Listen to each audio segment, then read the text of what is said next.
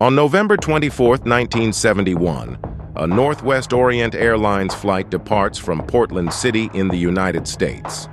It's a half-hour flight headed towards Seattle City, with only 36 passengers on board, including 6 crew members.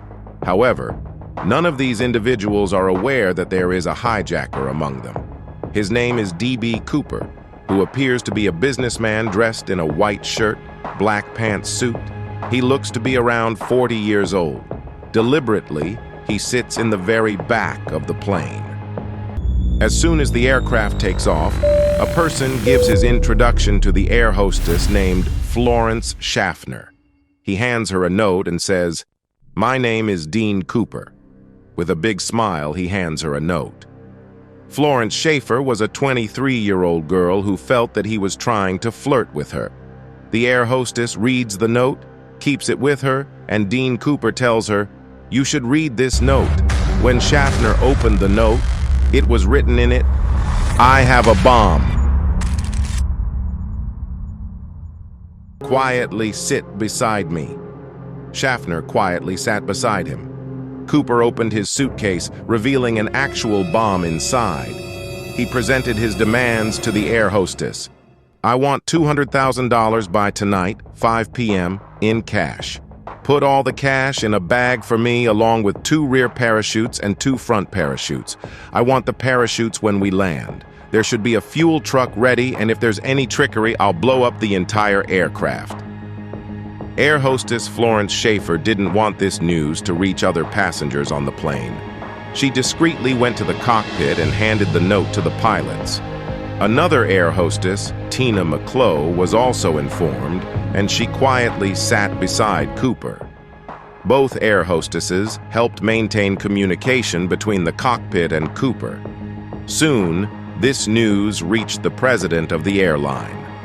Donald made the decision to comply with Cooper's demands.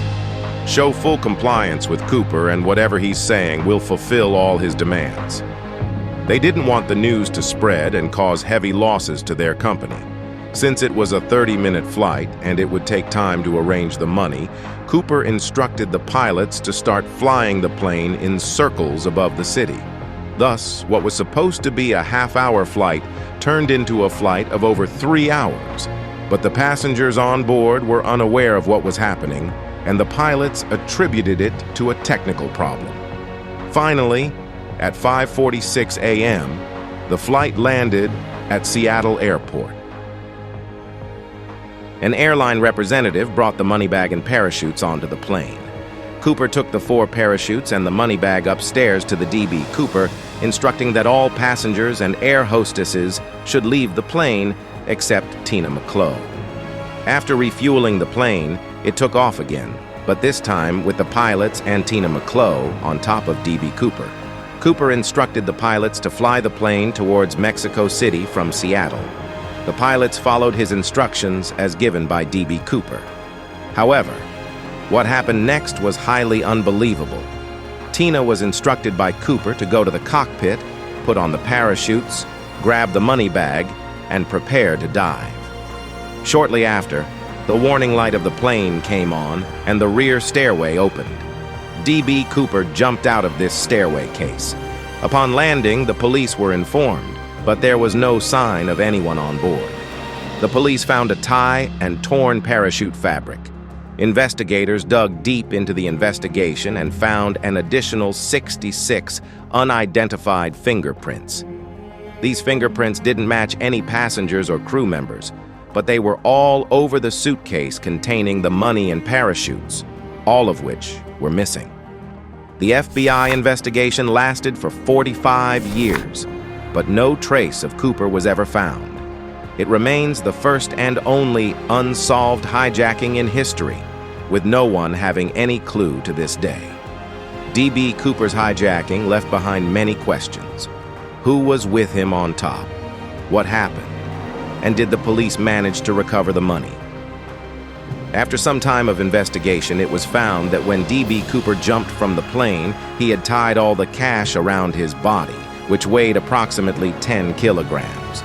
According to the FBI investigation, Cooper had jumped above the southwest area of Washington state. At the time of the jump, the wind speed was around 320 kilometers per hour. Another significant issue highlighted by the United States Parachute Association was that the location where Cooper jumped had cold water lakes, and the temperature there was extremely harsh. It was also estimated that he might have drowned in that cold water. Washington State had dense forests, and according to the FBI investigation, it was also possible that he became prey to some wild animal in those dense forests. Many people attempted similar hijackings like D.B. Cooper's, and some were successful. But all those hijackers were eventually caught. The investigation was officially closed in 2006, but this hijacking left many questions behind, and it is still a mystery in the history of hijacking.